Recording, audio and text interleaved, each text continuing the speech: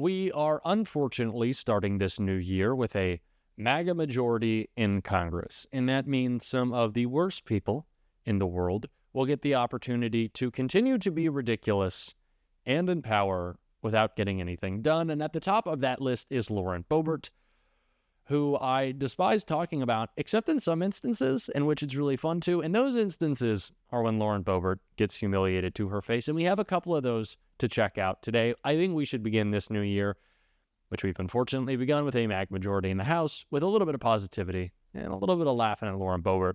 And we're going to do that right here. But before we do, if I could quickly ask you to leave a like on this video. And if you haven't already and you enjoy our channel, to hit that subscribe button. It goes a long way and it really means the world to me.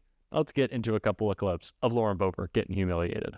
Is it true that the EPA has never obtained formal legislation, authorization legislation from Congress? It's never been authorized by Congress. EPA is not authorized by Congress? I'm asking you. I thought EPA was authorized by Congress. Well, the EPA is not. The EPA has never been formally authorized by Congress. However, this agency has imposed over $1.3 trillion in regulatory costs since the Biden regime took office. We authorize committees here in Congress to ensure that we have proper oversight and accountability in the functioning of the executive branch. And this process is extremely vital because often we see agencies abuse the separation of powers, creating rules and laws, regulations without consent of Congress. And we appropriate funds to agencies like the EPA and expect these tax dollars and this tax dollar funding to be used in accordance with the legislative priorities and comply with the oversight requirements. It's just shocking. You spend so much time with our regional staff and regional administration and Region 8 and have such productive conversations about how we're doing things for your district and your state, and then you take this microphone and you I've also seen the coal plants that have been decommissioned in my state. 100% we should not I've exist. seen the energy regulations that have regulated my district into poverty. You're spending time with my staff. Sure. In your district. Of course I am. I have oversight over your staff, and I want them to answer. I want them to provide a service for the American people. Complimenting them but there about are the so much. Yes, there are some things that have been done well, but not everything. 100% when we have $617 billion per year in rulemaking, that is absolutely absurd. When you are taking our affordable clean energy and regulating it out of existence and killing these good-paying jobs in my district, yes, I have a problem with that. In my home state of Colorado, out-of-touch Denver and Boulder leftists voted to reintroduce gray wolves. Since then, 10 wolves were reintroduced in December, and 8 have confirmed wolf livestock depredations and 6 separate incidents involving wolf attacks in Colorado just this month. My Trust the Science Act delists the gray wolf from the federal endangered species lists and returns the issue of the wolf management to states and tribal wildlife agencies. Once again, Republican leadership has taken an opportunity to vilify an endangered species today here on this floor, to sacrifice it to their precious industry groups. Guns, oil, and polluters. That has come to be what the GOP stands for, at least in this Congress. Last summer, they rushed to the House floor with bills to increase the extinction risk of the lesser prairie chicken and the northern long-eared bat. Today, it is the iconic gray wolf. Do my Republican friends truly have nothing better to do with their time, with the time of this body? We should be working on issues that make a difference to everyday life in America. But this Congress has been mostly about Republicans fighting with each other in a circular firing squad, and the only time they seem to take a break from that is when they want to do something to enrich the wealthiest Americans, harm the environment, or now to kill wolves. Thank you, Madam Chair. I rise to offer my amendment that utilizes the Holman Rule to reduce the salary of EPA Administrator Michael Reagan to $1.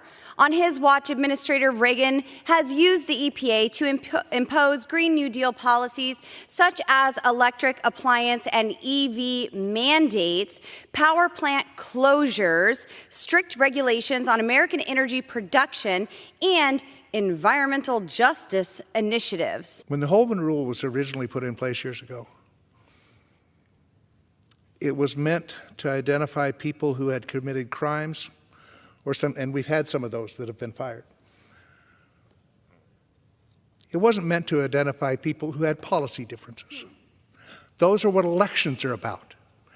Anybody who suggested that on this side of the aisle that we were going to elect the Biden administration, the Biden-Harris administration, that the policies that they enacted were going to be things we supported, I think we're living in a different world. You know, there's a lot of conversation around rolling back regulations. My colleagues continuously talk about rolling back regulations and not really understanding the importance of these guardrails. Often we see agencies abuse the separation of powers, creating rules, laws, regulations without consent of Congress. And so I just want you to listen to a situation that technically impacted your agency. In 2018, Trump made sure that he scrapped a 2015 Obama-era rule requiring advanced braking technology on trains transporting particularly hazardous materials. That rule would have required compliance by certain trains by 2021 and others by 2023. But as Fortune reported at the time, Trump's Department of Transportation decided that the cost of installing these more sophisticated brakes outweighed the benefit. While it has been noted that technically the rule would not have required the Norfolk Southern train that derailed in Ohio to have such brakes, some believe it would have if not for Trump.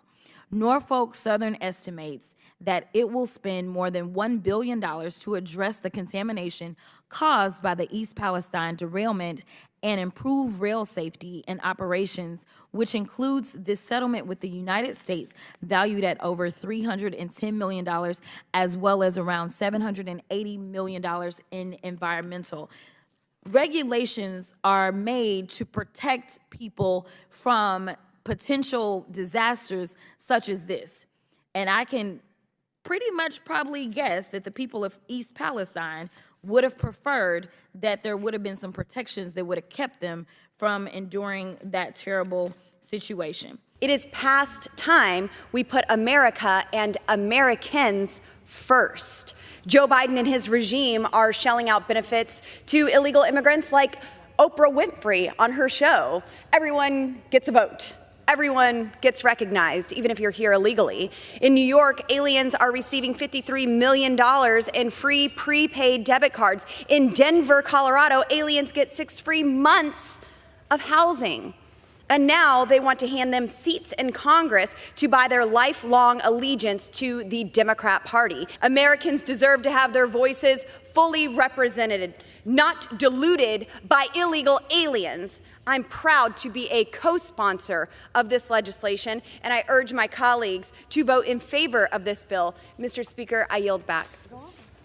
Thank you kindly, and it's always delightful to hear my friend from Colorado speak. One thing that I do want to point out, however, because there might be some students in the gallery today, is that there can be no illegal aliens and there can be no green card holders in Congress, because the Constitution very clearly specifies that you must have been a citizen for 7 years before you run for the House, and you must have been a citizen for 9 years before you run for the Senate, and you must be a born U.S. citizen in order to run for president of the United States, which some of the historians, as I think I mentioned before, attribute to Thomas Jefferson trying to write Alexander Hamilton out of the presidential sweepstakes. In any event, I think that my colleagues should probably relax with some of the hyperbole and exaggeration here. After all we're saying is let's keep doing what we've done since 1790 in the country. This is the way that the census and the reapportionment have always been run in the United States of America. And what they're proposing is obviously a radical departure from what the Constitution ordained. So sad to hear my colleagues on the other side of the aisle hate Christmas. This would allow restoration of our forests. Like I said, our forests are overgrown. This would allow a fun way for families to participate in healthy forest management by thinning some of the living trees that are overgrown on our forest lands. As a Christian, I am offended that my colleague on the other side of the aisle would suggest that I hate Christmas. This bill has nothing to do with inhibiting people from celebrating their religious holidays, including through having a Christmas tree. This amendment and this debate is about the fact that this amendment does not do what the gentlelady from Colorado claims that it does. This bill does not require regional foresters to do anything. I support the Forest Service using its existing authority to permit the harvesting of Christmas trees and trees for firewood, but that's not what this amendment actually does. I'd like to close by observing to my colleague that many of us make happy family memories with trees that are living. We have ways to enjoy trees without cutting them down or burning them. Doesn't that just bring a smile to your face? How can you not enjoy a little Lauren Boebert getting mocked and pointing out that she is a ridiculous person who is unserious and only focused on herself, which of course needs to be the message going into this year about the Republican Party. Sure, it's fun to laugh at Lauren Boebert and the rest of the MAGA lunatics, and we are going to, but we also have to connect it to the broader message of how unserious and unable to govern that these people are, except in the instances when they're really focused on making sure billionaires have even bigger tax cuts. That's really when they put the old elbow grease in the legislating. That's when they're laser focused, not on cutting costs or protecting Social Security, Medicare. No, they seem to not know how to do that, or they're trying to do the opposite very clearly. But when Elon needs a couple more bucks, laser focused, locked in, that's when they really dial it up. So let's make sure we're calling them out for that. And that's what we're going to be doing. Of course, you know this on this show every single day. If you want to support that, as always, you can hit that subscribe button. You leave a like on this video. And if you stuck around to the end, drop a blue heart in the comments. Until next time, I'll see you soon.